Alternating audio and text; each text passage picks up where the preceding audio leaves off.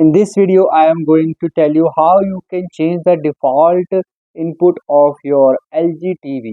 So first of all, you need to go to the dashboard of your TV. For this, you can go to the smart lock. You can go scroll down and there's an option of home dashboard. You can just tap on home dashboard here, and herein you can see live TV is now the input of my television default input. So you can change it. You can see pink rectangle is showing, so you can change it to HDMI one, AV component, anyone you can change, and you just need to press on OK. I select AV as my default input here, so it is now AV. You can also change it to HDMI. You just need to select it. So I hope friends, now you will be able to change the default input of your LG TV. So if you find this video helpful, just hit on the like button and also subscribe my channel for my upcoming videos.